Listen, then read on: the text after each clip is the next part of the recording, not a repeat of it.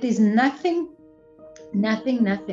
as good for a person as another person, and there's nothing as bad for a person as another person.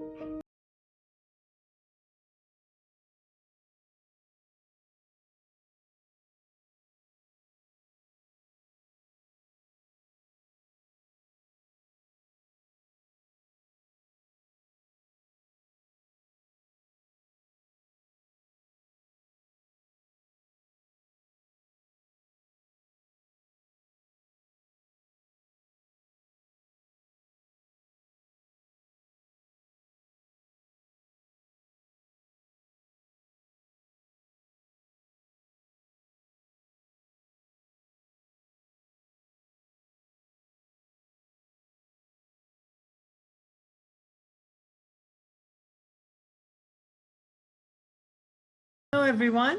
Welcome. Welcome to tonight's webinar. Let us know in the chat where you're joining from. We'd love to give you a shout out. And in the meantime, I'll just go over our topic and our wonderful guest for today. So today we're going to be talking about grief and trauma, specifically navigating grief and trauma from a neuroscientific perspective. All right. Okay. So we have people from Yellow Springs, Ohio. Hello, Joanne. Hi, Dan from San Jose. Prasad from Chennai. Lance from Durban. Asit from Hyderabad. Rahul from Chennai. Wow. Italy, Mumbai. Okay. Colleen, are you seeing this? I'm completely stoked. This is awesome. Yeah. How wonderful. Local community. This is how it is. Our audience and our community is amazing. They are wonderful. They're so engaged in what we're talking about. I'm sure we're going to have an amazing discussion today. Thanks to everyone. We have Pavan from Mumbai, Katie from Houston, Catherine from Kenya. Hi, Catherine. I think we corresponded by email recently. Oh, Colombia, Bangalore, Haldwani. Wow. Lots of different places. Veronica from the UK. Welcome, everyone. So lovely to have all of you here. We're going to be talking about trauma and grief today, specifically navigating through trauma and grief from a neuroscientific perspective. We have here today Dr. Colleen Lightbody with us, who is an absolute pleasure to talk to. We've interacted a few times, and every time I've just been left with some amazing nuggets to go back and apply into my life. And I'm just so excited to have her here to talk to us. She has a background in neuroscience and many, many years of coaching experience to kind of help us understand and work with the experience of trauma and grief in our clients. Hi, Colleen. Welcome. Thank you. What a pleasure to be talking to you again. So lovely to have you. Before we begin, would you like to just tell our community a little bit about yourself? Tell us what your background is. About your experience, and then we can dive right into this. So I think I'm probably going to give you a whole profile bio, but just really say, why am I talking about this subject today? Let's do it. And I think because I'm passionate about everything to do with neuroscience, I'm passionate about everything to do with coaching, but I really feel connected to the subjects of grief and trauma because I haven't been exempt. In fact, there's a lovely quote by David Kessler, who's like one of my go-to people in finding out about grief and trauma. And he says, grief and trauma are both inevitable and optional. Okay, it's inevitable because we're all going to go through the experience at some stage, but it's optional because if you choose not to love, if you choose not to care, then you choose not to grieve and suffer trauma. So I love the kind of paradox of those two concepts. And so I have been through many traumatic and very difficult experiences through my lifetime, which I think is what has drawn me to the field of trauma and grief. So I do work as a grief counselor and a trauma counselor, and I live in Johannesburg, and anyone who knows Johannesburg, we're a city that is rife with crime. So we are seeing some terrible things all the time, never mind what is going on in the world right now.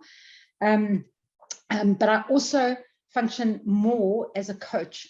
And I just find it really important for us as coaches, because whether we like it or not, our clients are experiencing grief, our clients are experiencing trauma, never more so than in the last few years. And so I think it's really important for us to understand it. What is our role? How do we manage it? How do we manage ourselves in situations where our clients or ourselves are traumatized or experiencing grief? So that's really why I'm here. That's great. Thank you so much for sharing that. I'm really excited to dive in. And just right before I ask you the first question, I just want to let everyone know that I will be monitoring the chat. You can send in your questions to us, and we'll be more than happy to take them up here as and when we're able to insert them into the flow of the conversation. And maybe we'll keep some for the end, but please do keep them coming. We're here, we're listening. So Colleen, I guess the first question I have for you really is, what is it that, because we were just talking about what are we going to talk about during the webinar, and we had this thing in mind to talk about mental health, and then you were like, yes, I want to talk about grief, about trauma, and then we talked a little bit about trauma, and then we added grief to it as well. And because you said both the experiences are kind of aligned with each other, and I was like, great, I want to touch on that first, like what is the similarity? What is the difference? How do you define each of those terms? Maybe we can start there.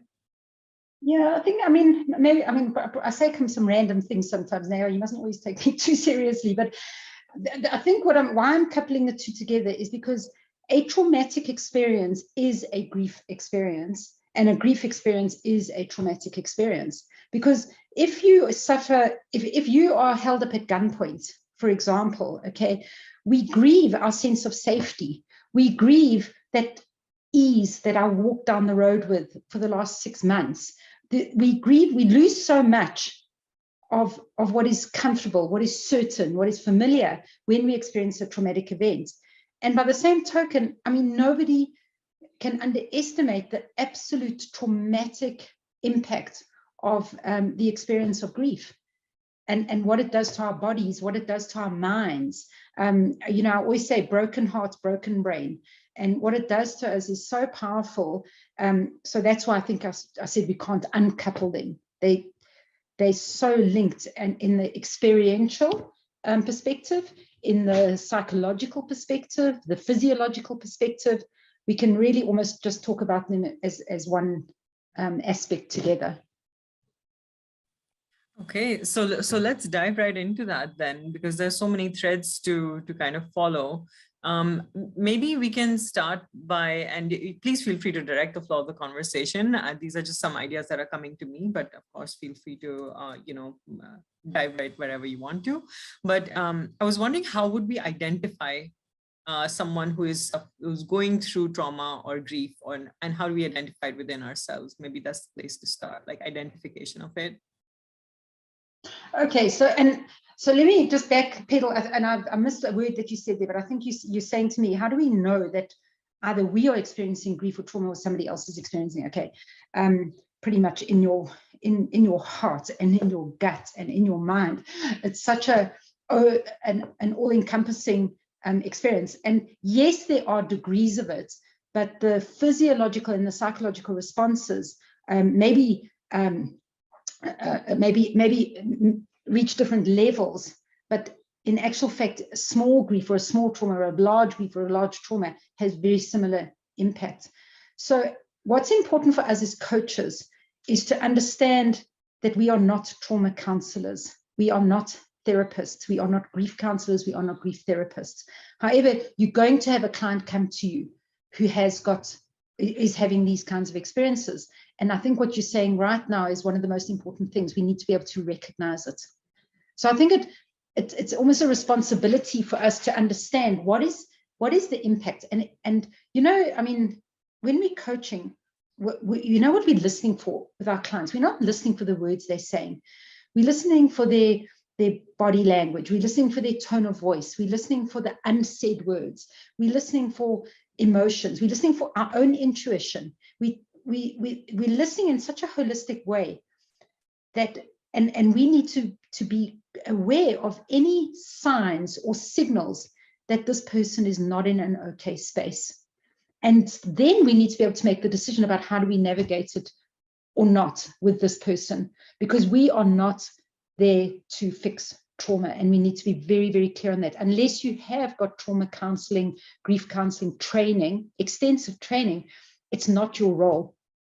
But how are we going to know it if we don't know the signs and the symptoms, which we can maybe discuss? So it starts with us recognizing, is a person okay or is they not okay? Often they'll articulate it very clearly, or they'll been through a difficult experience, and so it's evident. But sometimes it's not so evident. I mean, I sat with a client the other day, first session with him, and he's talking to me, and everything, as he's talking, I'm going, wait, something's going on here. He wasn't talking about anything traumatic, but he changed first person to third person. He went, a very common symptom of when a person is traumatized is that they don't hold a chronological tail. They jump back and forth. He was talking in the present tense and the past tense. There was, and I suddenly realized, and by the way, he'd actually presented as that he was ADHD and battling to manage the ADHD. But slowly I started to see this is a person that is traumatized because of the kind of the anxiety that he was presenting with, the way he was speaking. So to just recognize what are symptoms of trauma. And by the way, symptoms of trauma are the same symptoms physiologically and experientially that we have when we get a big fright, okay, or a little fright. Okay, say a big box falls off my bookshelf now, okay, and I'm going to go like that. What's going to happen? My heart is going to start racing. I'm going to get a fine layer of sweat on my skin. I can see that sometimes in my clients. My stomach's going to clench. I'm going to start breathing a little bit faster, okay? I will become distracted. I won't be able to focus. Distraction is an absolutely classic sign. People become hypervigilant. They're reacting to everything that goes on around them. I'm feeling a little bit like this at the moment with this Ukraine and Russia news that is coming up at us. It's making me hypervigilant to anything that could possibly go wrong. People become very negative. People become physically hypertensive or hypotensive. They become very flat affect. So, I mean, I'm not giving a lecture on what are the symptoms of trauma, but we just need to be very alert to noticing if something is going on where the client is really not okay. And then going from there, the most important thing for us to do is to not ever invalidate or dismiss what the client is experiencing. Please don't ever go, oh, well, you know what, this is not really my realm. I think you need to see a therapist. Because one of the most important things that needs to happen when a person is traumatized or going through grief is connection and acceptance. People feel alienated when they're going through these experiences. They feel like they're an alien on this planet, that they don't belong. It's that sense of dissociation that we have. So as coaches, you're not going to dismiss it. Neither are you going to get into therapy, okay? You're not there, and neither are you going to go into the traumatic experience because we're not equipped to do that. We're not experienced. We don't have the knowledge to do that. And I'm talking about us as coaches, not people that are trained to do that. But we need to be able to be present for our clients. Just being present is a resource for our clients. To be present and to validate. Okay, you'll probably hear me talking a lot about validation today. To be present, that I'm not going to run away. It's okay. There's something going on. We can reflect that we can see that there's something going on. And we can also reflect that I'm not sure that I'm going to be the best person to navigate it, but how can I help you in this moment? How can I support you? We give our clients agency, and just by being present and giving them agency to decide what is it that they need, already we actually creating an enormous service towards somebody who's going through those kind of experiences. That's a start. That's quite a start, Colleen. Thanks for that. You know, something that that came up for me as you were talking about validation specifically and like being able to identify the signs. I mean, we learn so much about presence in coach training, about listening, about being present, about, you know, making sure you're actually picking up on the signals that aren't just the words. So I'm sure everyone's familiar with that already. What I really wanted to get into was the validation piece of it. Why is validation so important, and what does it have to do with our role as a coach? Sure. This is one of my favorite subjects in the world. I think because I've experienced what most of us have experienced, which is actually most of my life, I've experienced invalidation of my emotional states. It begins in our childhood. It's with our cultures. It's with the way the world is at the moment, is that and one of the reasons is that we invalidate people's emotions is because we don't know how to hold another person's negative emotion, especially if we're an empath, which my condolences if you are. And unfortunately, when you're drawn to coaching, it's usually because you're a bit of an empath, is that you're feeling other people's feelings. And it's so hard. And as coaches, we really need to manage that. But I think we'll go on to that subject. But when we're feeling another person's feelings, we want to fix it. We want that person to be okay. When our child is upset, you know what we do? We say, don't be upset. When our child's angry, we say, don't be angry. We are told from childhood how not to feel our feelings. It's insane, but it's actually, our parents aren't taught to feel their feelings. Okay, so what we do is we invalidate them. My favorite sentence, Neha, as I always say, has anybody ever said to you, don't worry, and all of a sudden worry floats out the window and disappears? Okay, but that's what we're doing all the time. Is we saying to people, don't worry, don't be upset, don't be angry. I mean, as coaches, I know when I started coaching, I would say it's going to be okay. How do you know it's going to be okay? Or my worst one of all time, they're in a better place. Okay, then I really want to say, how do you know? Have you been there to check it out? Okay, it's not a condolence to say, to invalidate a person's emotional state.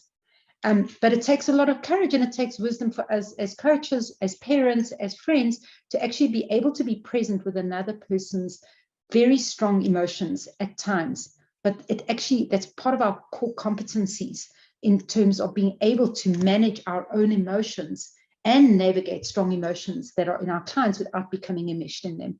Okay, and I'll give you a few tips on how to do this. So human beings are emotional beings. I often have my clients say, oh, I'm sorry, I'm so emotional, or I shouldn't get upset, or I mustn't be angry. And I go, you're welcome to the human race. In fact, human emotions are unbelievably important for our survival. If we had no emotions, if we took the emotional part of your brain away, you would become pathologically indecisive. You wouldn't, Neha, if you did not have that emotional part of your brain, you wouldn't be able to choose what shirt you wanted to wear today. Okay, because believe it or not, even the men amongst us, whatever they decide to do is actually driven by an emotional impulse. Okay, so emotions drive behavior, and there's no such thing as a bad emotion. There's no such thing. Anger is not bad.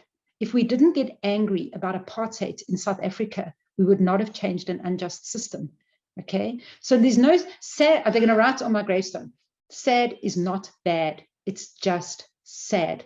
But we label emotions as invalid, not okay, I shouldn't have it. And that's kind of where the problem stems from.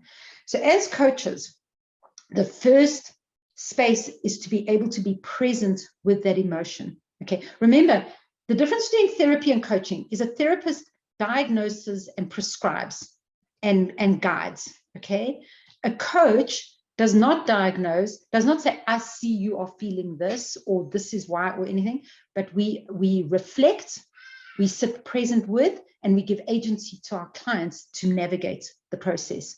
The expert is the therapist. In the coaching relationship, the client is the expert. Okay, and sometimes, by the way, expertise goes right out the window when people are in a traumatized state, because there's a whole disconnection of our thinking prefrontal cortex, but we'll go into that a bit as well. Okay, so but we're going back to this validation point. So emotions are valid, they're true, they're real, and they can even be useful because they give us information and they drive our behavior.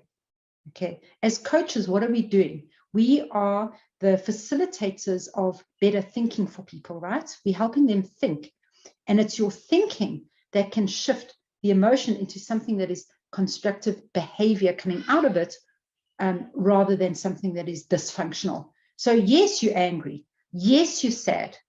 And what do we need to do with this? How can I support you to move forward?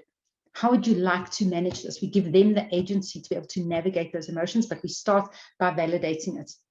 And by the way, if somebody has just had a trauma, has just had a grief, it's not time to say, so how can you make this meaningful and purposeful? How can you find, it's really not time to have that conversation. At some stage, the person will be ready to have that conversation. But while they're stuck in that, the depths of that kind of despair or traumatic experience, we're not going to have that kind of conversation. We're just going to be doing the validation. I see your pain is one of the most powerful things that you can ever do as a coach and as a friend. And your kid comes home from school and is upset because of the bully. You don't say, don't get upset. They just, whatever. You go, I see you're upset. I've got a special needs kid. Okay. So he doesn't language things exceptionally well. He does actually, he talks very well, but conceptually things can be difficult. So I always say to him, what animal do you feel like?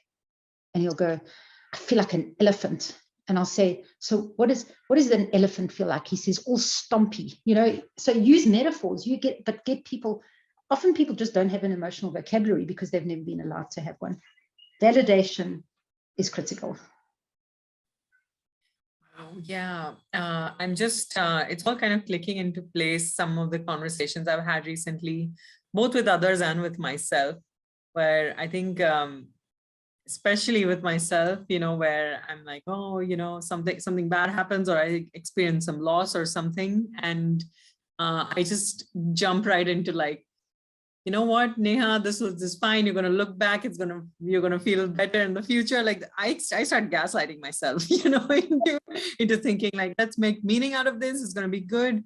And I definitely wanted to touch on that aspect of like toxic positivity, which is just so like rampant these days, where it's like everything is about, oh, it's going to be fine. It's going to be better.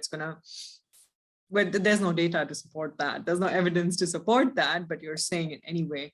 And I know, of course, as coaches, we aren't going to say things like that. But I did see some questions in the chat coming through as to what can you really say? And I put in a couple of answers where it's like, I see your pain, or I see your upset. So validating the emotion that they are themselves expressing. But in order to say, provide vocabulary to a client, how would we begin to kind of help them shape or help them give some words or, as to what they're feeling? So I think something that you said is very important there. What did you call it? Toxic positivity. I like that. I'm going to borrow that term.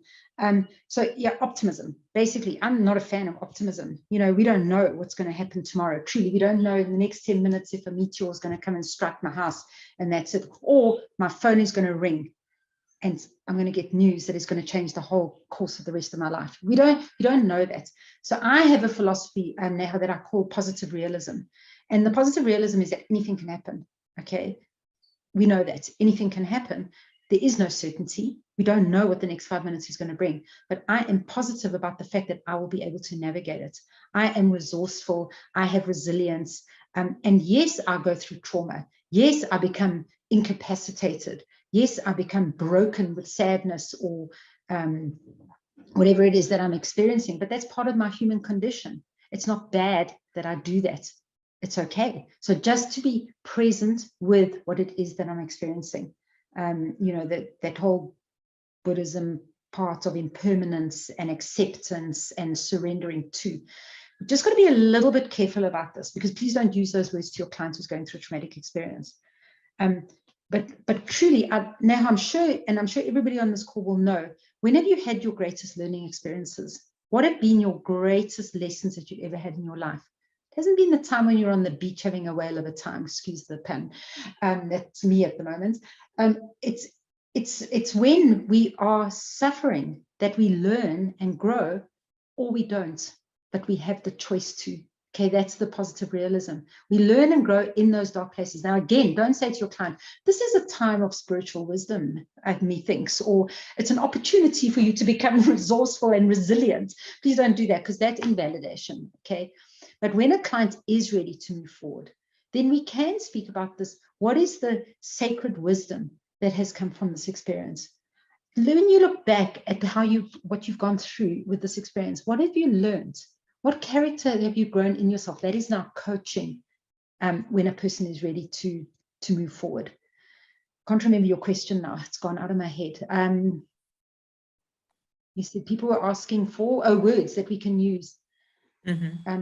Yeah, I mean, it's about how what do we do as coaches? We allow people to step into choice. We give people agency. We empower people. That's what we're doing. So there's nothing more disempowering than a grief or traumatic experience. It completely takes all our power away.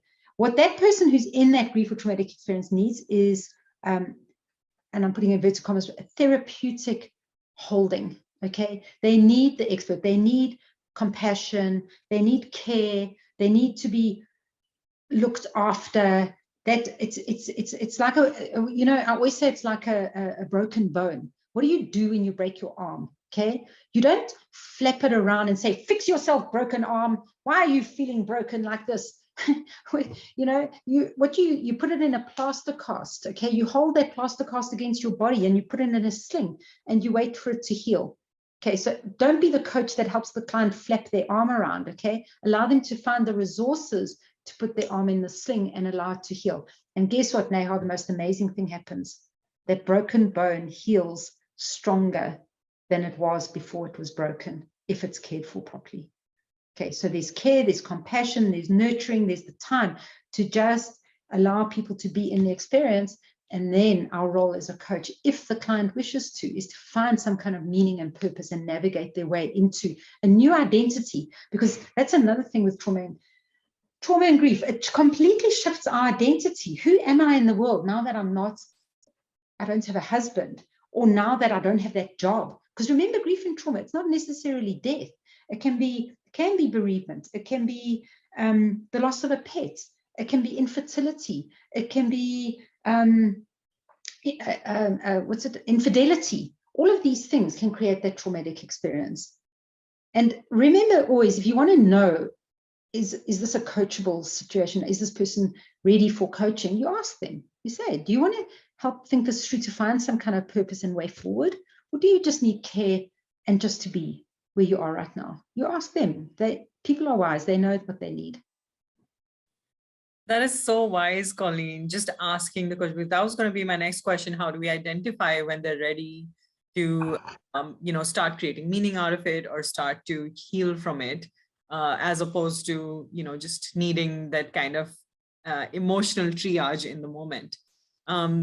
So, but I think that's a really great point of just asking the client. It seems to come up so often when a lot of the questions that I have, the answer is just ask the client, and one would never think to ask, but this is amazing. This is wonderful. So say the client is does feel ready and they talk about it, because I think, what's funny is that we never gave an introduction to what grief is and what trauma is really, but I don't think we need to. It's such a human experience. I think everybody understands it. Everybody resonates with the words, and they probably have felt it or are feeling it at the moment. I think we all are feeling some little magnitude of it, if not a lot. And I guess it's just, how do we begin to move towards healing? And how do I know if I ask myself, do I just need some care right now, or do I want to move forward? I don't know the answer, so what is it? Which is it? I would articulate the space for my client to be able to answer that for themselves, to find the wisdom. I'd say, Neha, what does your soul need right now? What does your body need? What does your mind need? I'd help you to identify it, because that's empowering in itself. And to be able to express that need, a safe space where you can articulate, what is it that I truly need now? Do I need to find meaning and purpose and move forward? Or actually, do I need to rest and care and be self-compassionate? Because self-compassion is a thing, by the way. Well, I hope everybody knows. But yes, don't forget as well, I'm just trying to also link it always back to coaching, is that as coaches, we can also experience secondary traumatization. We can experience vicarious traumatization.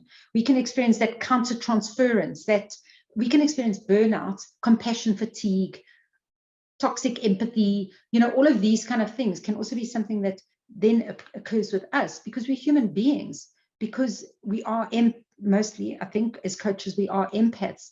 So we also need to self-care as well. So it begins with ourselves as well, like having boundaries with our clients, like being able to allow my clients I mean, you know, not everybody wants to work in the areas of grief and trauma.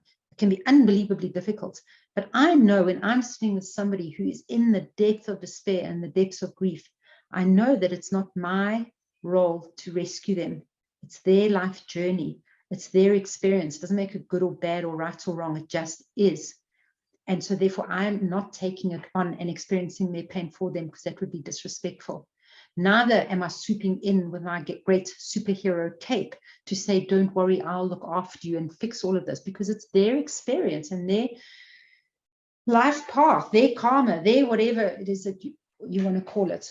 So I don't think I'm answering you properly here, but it's about how do we get our clients to care for themselves? Start with caring for yourself as a coach, and if you can learn that, then you can share that with your clients, and you can encourage them to be resourceful, to go and, you know, what kind of care can you find? Just remembering one thing, that there's nothing as good for a person as another person, and there's nothing as bad for a person as another person.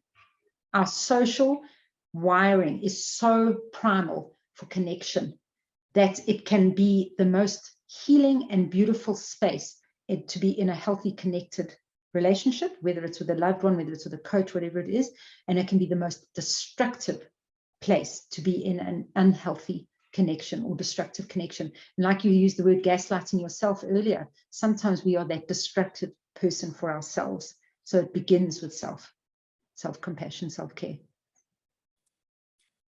Yes. Self-empathy also, someone has mentioned in the chat, self-empathy is absolutely key in the journey of and yes, Mahesh also mentions broken bowls heal stronger than before. I mean, I got goosebumps when you said that, Colleen, and it really yeah, it touches a place that I think we all have felt it. We've all gone through it. We've all experienced it. We do grow from grief and from trauma and from loss. But there's a time and place to grow as well. It's not that we can always just say, oh, this is going to support my growth later, and like put a positive spin to everything. When we talk about validation of emotions, do we have like people talk about the core emotions a lot, like the 5 core emotions or 6 core emotions? Is there a framework that could be useful here, where we maybe bring things back to a core emotion and then allow the client kind of work through that? Or especially when people don't have that kind of vocabulary. I've noticed specifically, I'll be a little biased here, but I've noticed specifically in men, because they're not very used to talking about emotions and things like that, that they don't really have the vocabulary for it. And a lot of it just goes to like anger or that kind of thing. So I think, I mean, maybe it's controversial, and every coach has their own style and their own preference with the way of coaching. I am personally, for myself, am not a fan of tools and models and structures and all of those kind of things. What I'm a fan of is helping a person be present with their own experience and then navigate their way through that experience. So yes, often because culturally society says men don't cry, or, you know, and by the way, men and women do experience different kind of ways of expressing emotions and even levels of emotions and that, perhaps, but it's not, it's you know what, it's a normal curve. Most are similar, and there's very few outliers in the differences between men and women. So what, I wouldn't use a tool, but I can be sitting with an executive who's talking about this new project that he's going to start working on. And I'll say, what is it that you need to let go of in order to be able to do this well? I don't know, I'm just thinking random kind of coaching stuff. And his eyes will suddenly form over with tears, okay?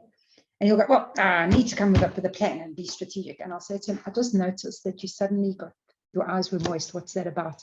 And without fail, Neha, because it's being seen, it's being validated. We call it feeling felt in psychology, okay, because that person is feeling felt, they don't have to have a language for emotions. They need to feel their emotions. And then we explore it. Where are you feeling that in your body? What does it mean? How's that serving you or not serving you? You know, so just go, I don't know, I don't have a structure or framework, but emotion is emotion. I'm curious about the emotion. And I'm supporting my client to, if it's appropriate, if they're ready to go there. If they're not, if they say, no tears in my eyes, then it's okay. It's not, maybe I'm wrong even. But if they are, then my job is to support them to navigate it and to explore it and to be curious about it themselves. Yeah, that makes sense. That makes sense. And I think asking for specific phrases or words is also kind of a little challenging because we don't have the context, right? And our context matters a lot. And what's unfolding in that moment is really what's important rather than following a script. So I appreciate it. Yeah, so saying that, you just made me think as well, is I do think we can be in service of our clients if we have a good emotional vocabulary. So if I can say to clients, it seems that you're feeling immobilized, or I'm sensing a bit of bewilderment here. If you've got quite an evocative emotional yourself, but remember how we offer clarification, summarizing observations to our clients is we offer them curiously with a question mark at the end of the sentence, because maybe I'm wrong. Maybe it's not, no, I'm not bewildered. I'm pretty sure of what I want to do. Or maybe they go, actually, you're right, so by all means, we can develop our own emotional vocabulary in service of our clients. Yeah, and to ask it with a question tone is also a great technique. Awesome. Julia's asking in the comments, hopefully this doesn't derail anything, but yeah, she's saying, curious to know if to learn how supporting others, learn how or whether supporting others has helped Colleen to heal her own grief and trauma. I love it when the coach becomes coached. What drew me to this work and the kind of coaching I do is at very deep level of emotional, internal, subconscious, unconscious processing and that kind of thing. I do very much work at the level of transformational coaching as opposed to transactional. I'm not a performance coach at all. And I'm absolutely have no doubt that my life experiences have led me here. I mean, I'll give you just a couple of examples. My brother went missing in the Okavango swamps for 5 days and presumed dead. It was I was 18 years old. It was the most traumatic time of my life. And what did I do? I went and joined a crisis center and I learned about crisis intervention. And then my mom and my dad were held up at gunpoint and their best friend was shot through the head one night when they were at a dinner party. So what did I do? I went and joined the local trauma unit in the police station. My brother committed suicide. What did I do? I went and did a grief course. So it has been to help myself. Because how do I navigate through these and many more traumatic experiences that I've been through, terrible experiences? How do I navigate them? I do it by going and finding out about it so I can understand myself, my own responses. But guess what? There's no better way to heal than to help. Yeah. Doing acts of good service has a bigger impact on your brain than an antidepressant. So yes, I'm absolutely sure that it was part of my journey was because it was helping myself as well. And it's it's a sense of meaning and purpose for me, is that I was gifted these experiences and either I learn and grow from them and make this useful in terms of what I'm offering the world, or I don't. And my choice has been to make it give me purpose and meaning. That's beautiful. That's so beautiful. And I have goosebumps again. And certainly that's I'm sure everyone is resonating on some level with this. We all have become coaches for a reason. There is a desire to help people. And that desire, I think in some part does come from also wanting to be helped and also wanting support and not having had it. This is a recurring theme with so many coaches that I've interviewed and talked to and things like that. There's just they want to provide the kind of support they weren't able to receive, and it's really heartening to see that. But I also, it just makes everything that we're doing so meaningful here. Absolutely. Neha, sorry, I just want to put a courtesy on this. I'm being pedantic.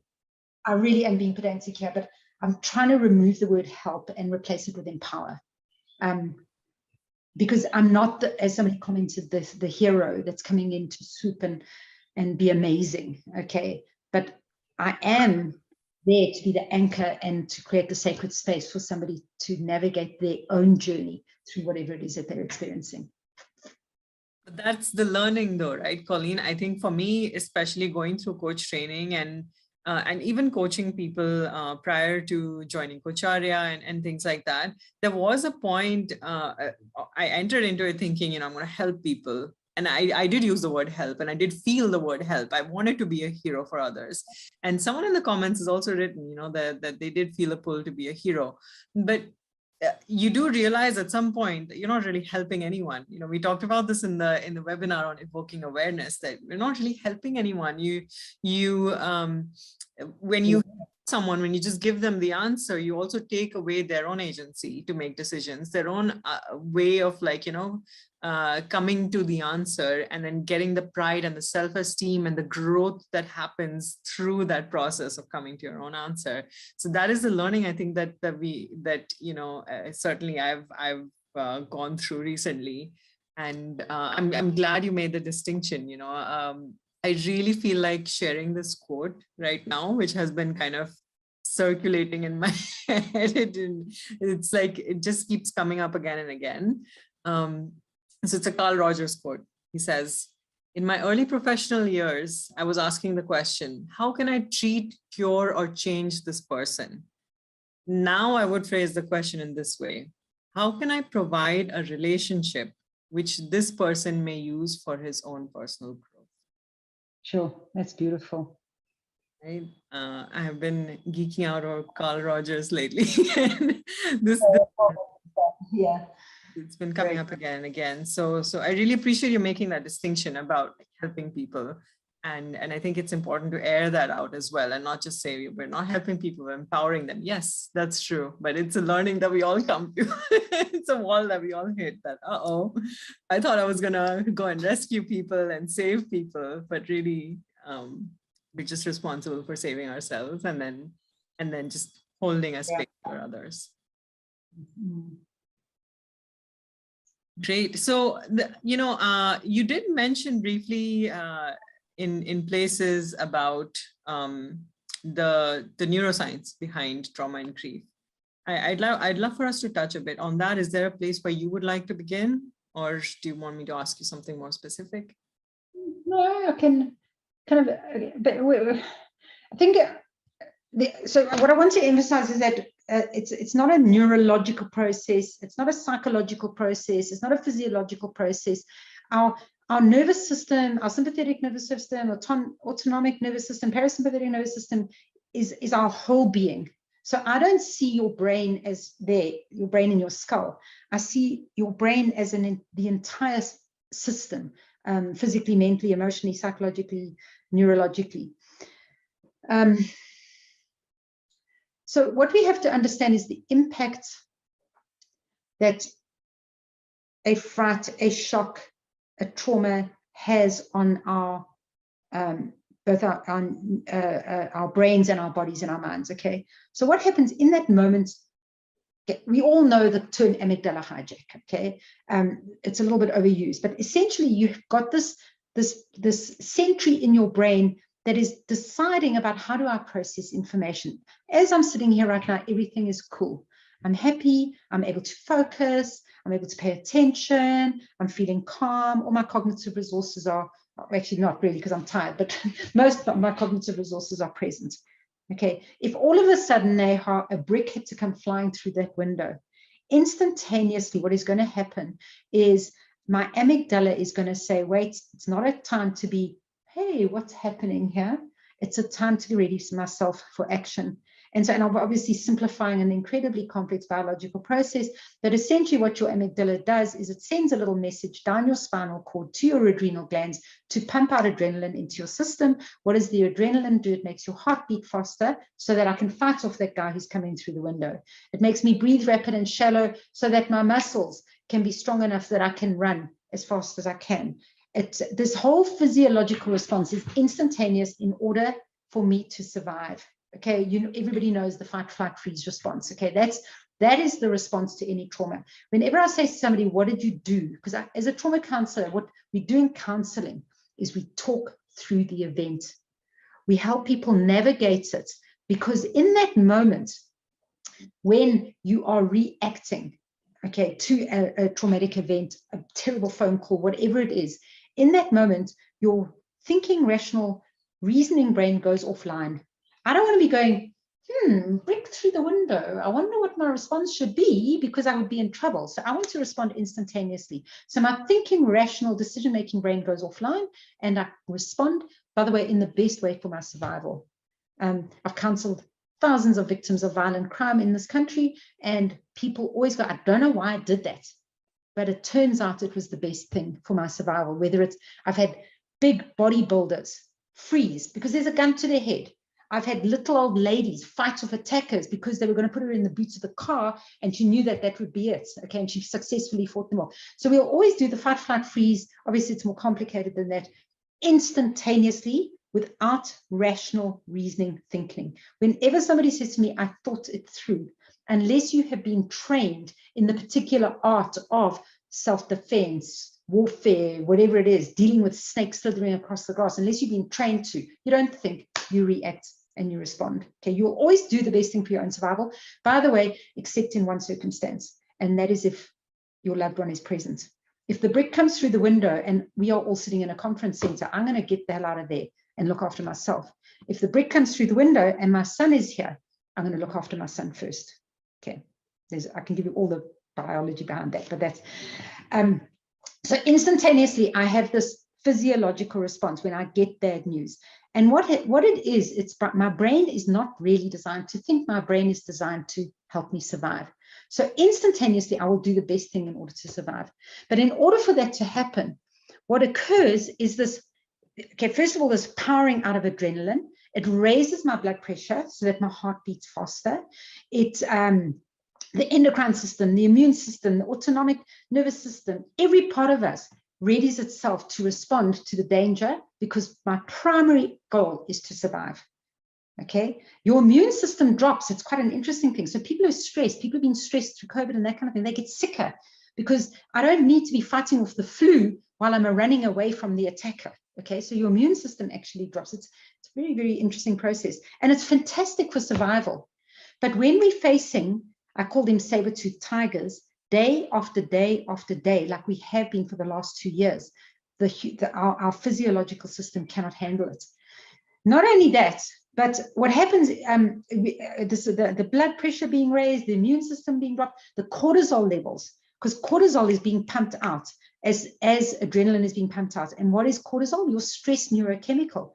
And basically, we have something in our bodies, it's called an allostatic load, which is like our sort of level of health of our body. Your allostatic load gets lower and lower and lower and lower, and you become vulnerable. Not only physically, people become ill, psychologically, people become unable to handle the slightest thing that goes wrong. Because why? We're in the state of not wise, centered, grounded reaction, responsiveness. We're in reactivity. Okay, and it's great when I need to survive. It's not great when we are facing COVID, Russia, have I got a job, loss of a loved one. It's too much for our bodies to sustain. I always say we were facing one saber-toothed tiger a year when this brain of ours was wandering around the savannah. Now I've got the same brain suffering COVID, saber-toothed tiger attacks day after day after day. And remember, by the way, remember I said about social, there's nothing as good for a person as another person, there's nothing as bad for a person as another person. Social media. We are suffering social media attacks permanently, day in and day out, and people are traumatized as a result of just listening to what's going on Facebook, never mind the news, etc. So yeah, neurochemistry, neurobiology. Another thing to remember as well is neuroplasticity. You know, neuroplasticity is that the brain changes in response to experience, okay? So if I'm using my amygdala constantly, I'm constantly under threat, what's happening is it's growing stronger, thicker, and denser and becoming more reactive. Okay, and that's why we become so much more reactive. Another interesting part of the brain, just to mention, I think is very important with trauma and grief, is the hippocampus. Okay, hippocampus is the seat of long-term memory. Now, what do we have? Thinking, rational reasoning, prefrontal cortex, short-term memory. Hippocampus deep in the middle of our brain, long-term memories, where we store memories. Okay. Now, what happens? Remember, I said your prefrontal cortex, your short-term memory goes offline in a traumatic event. When I'm counseling a group of people that have been through the same traumatic event, okay, every single one of them will tell a different story. Sometimes profoundly different story. Because why? There's no such thing as eyewitness testimony in the courts of law. Valid eyewitness testimony, because your prefrontal cortex is offline and you just experience the event. You think that you know what has happened, but in fact, people's stories absolutely can differ quite significantly. And part of the counseling process is to support a group of people or an individual to actually bring that prefrontal cortex back online and try and make sense of the event that happened. But this event has burnt itself into my long-term memory deep in my brain without rational reasoning, logic. Okay, and that is why you always remember that phone call for the rest of your life. Whenever it's May the 14th and suddenly there's that chill in the air, because it's winter in May in South Africa, there's that chill in the air and I see the blue sky, it takes me right back to the moment when my mom walked into my school and said, your brother is missing in the Okavango swamps. Those memories are there forever, unfortunately. Traumatic memories. Why am I telling you this? Because I was telling you about the parts of the brain. So what's happening when we coach people, when we do counseling with people, essentially what you're doing is you're rewiring their memory processes so that they can make sense of it and find ways to make meaning and purpose out of what is really actually a completely insane thing that has happened to them. Okay, so it's about integrating hippocampus, long-term memory, and new decision-making, rational reasoning, purposeful thinking. Yeah, brain. That's kind of a brief run through. Fantastic. So Colleen, I guess the question that's really emerging for me now from what you just said is that essentially our amygdala is in overdrive at the moment, and we're facing the saber-toothed tiger every single day we have been facing for the past 2 years. And I know I, for a fact, feel emotionally drained very frequently. And I would be surprised if a lot of people didn't feel the same, because I know that a lot of people in my peer groups, in my circles, the people that I interact with are also feeling the same way. It's kind of the pulse of the world right now. And so how do we take care of ourselves? How can we take care of ourselves in a situation even from a neuroscientific perspective, or even, like you said, relationships are one thing, social media is one thing. What else can we do? That's a good conversation to have quickly.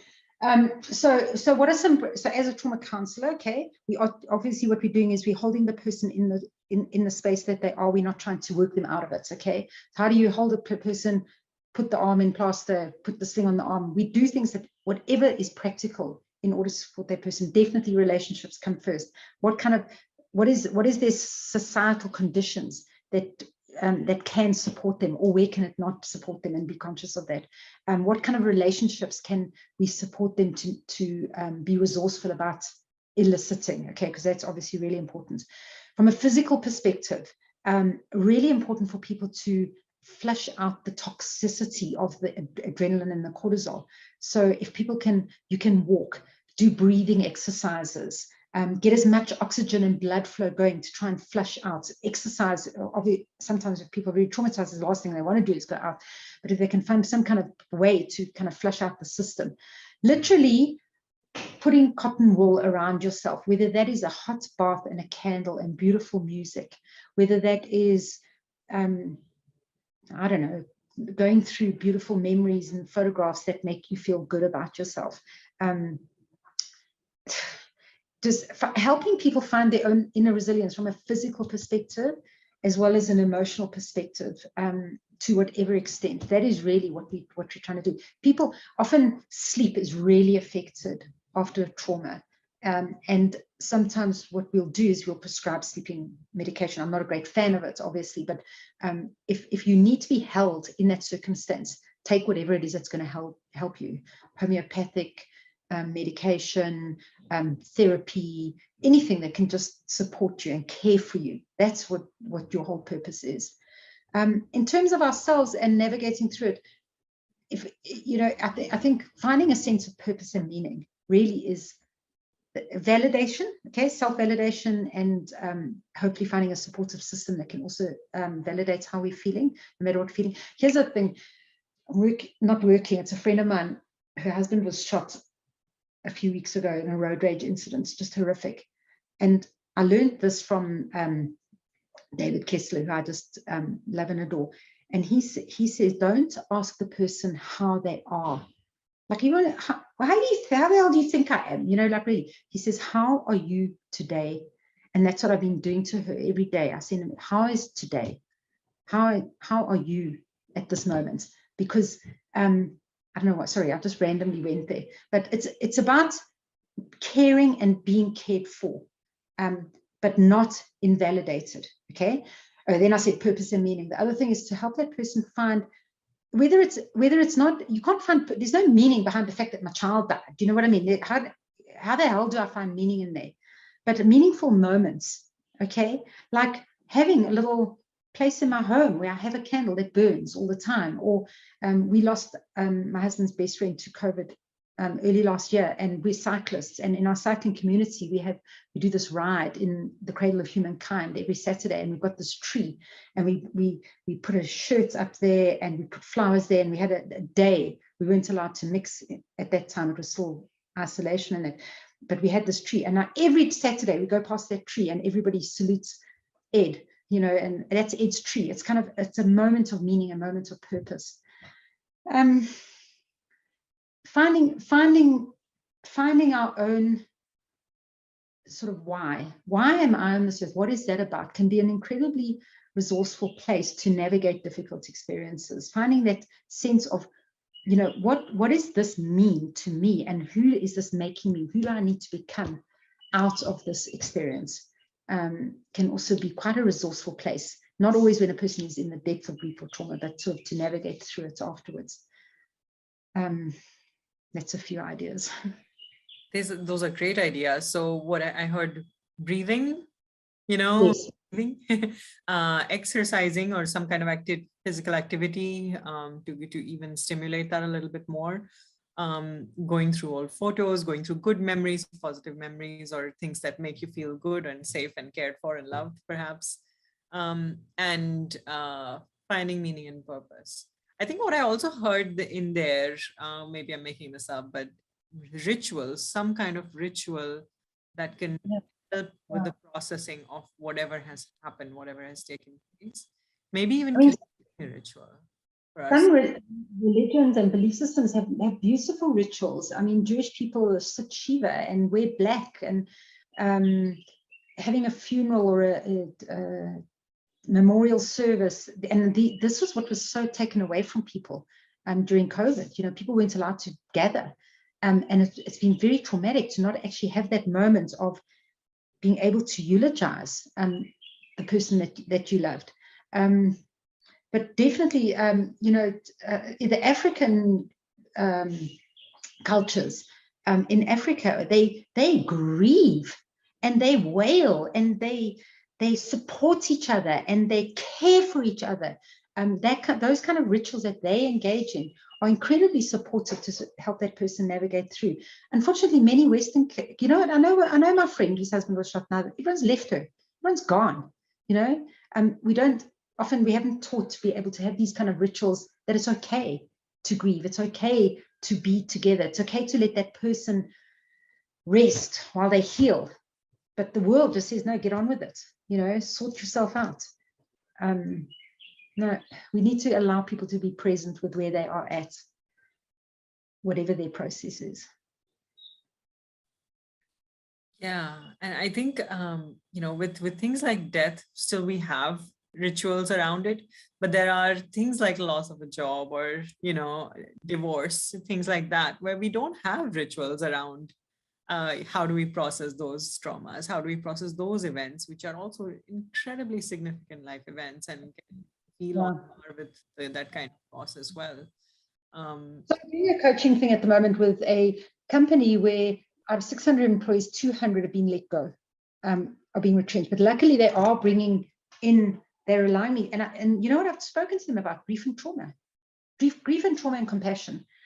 So firstly, I'm helping the people navigate those people that are exiting, but also helping those people to understand that what you're experiencing is actually a grief experience. And by just them understanding it, they don't feel so alienated. They don't feel that it's not right that I'm feeling this way or bad, or that somebody gets me. I'm being validated and supported in how do I work through this in a way that is in the most constructive and wholesome way possible. So you're right. It's all kinds of grief and trauma. Yeah. And someone says rituals after death help us complete the process of grieving. And, I wonder if it's we've circled back to validation, but is it the fact that rituals help us validate the emotion as well, right? They help us, they give us a space to feel a certain way. Validate and experience as well. Yeah. So how do we, maybe it's a good idea. I'm going to take this away, for me to create my own rituals of letting go of, what do I want to let go of right now? And come up with something myself. I was doing this thing for a little while, and today is actually the new moon, and I don't believe in anything, but it's just a time period. It's just a time to do it. But on the new moon, to just write down a few things I want to let go of, write down a few things I want to, like one thing that I want to focus on. Maybe it could be a word, it could be a feeling, it could be whatever, an intention. And so today is a good day to do that. And I think maybe writing down the things you want to let go of, putting it in the fire, burning it in a candle, throwing it away in the dustbin, putting it in water, whatever it may be. Just even a small thing can provide just so much more like validation, closure to certain experiences. You're giving agency. That's what you're doing. Right. You're choosing to action and ritual something that gives you a sense of meaning and purpose. Here's what I do with my clients, Neha, because people find it so difficult to be self-compassionate. We're just not taught to. Is I say, put your hand on your heart. Okay, now just feel your heart and just care. And in that moment, people get an experience of self-compassion. And that's our starting point. Just to put our hands on our heart and just to be compassionate in that second, and we taste it. And then we know what it is that we have to do. Not easy.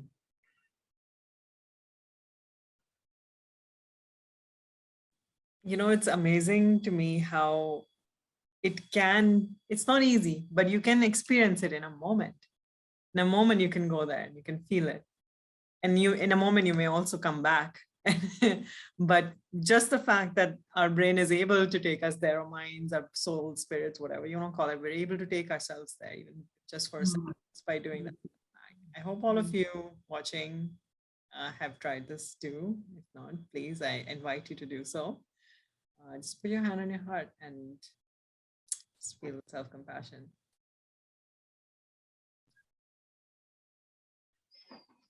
We're just over time right now. But before we go, I really, truly just want to acknowledge everyone who has participated in the comments and sent us questions. I mean, it is, I'm so moved by all of you sharing all the things that you are going through and all the ways in which you are trying to be there for others, going through difficult situations and traumas. I think that's what we need. We need people who are there for each other. We need people to love each other at this time more than any other time, but all the time. That's what we need. And I think it's a great skill for us to cultivate. And the work that we're doing is so important. The fact that all of you show up here week after week is so important. And I want to acknowledge you and commend you for this. Thank you. And thank you, Colleen, for joining us and for helping and for showing us the way, for sharing your experiences with us, and for being so present, for being so passionate about this, for having learned so much that you can share with us. It's been truly moving and beautiful. You can probably see in the comments, they just keep coming. And perhaps we can keep the chat and maybe we'll navigate around those questions at some stage as well, because there were some really and meaningful comments there. I agree. I think we'll have to have you back on, Colleen, soon and continue the discussion at some point. So, yeah. Thank you. Thank you, everyone. Have a great morning, evening, night, wherever you are. Have a beautiful day. Bye, Colleen. Bye, everyone. Yeah.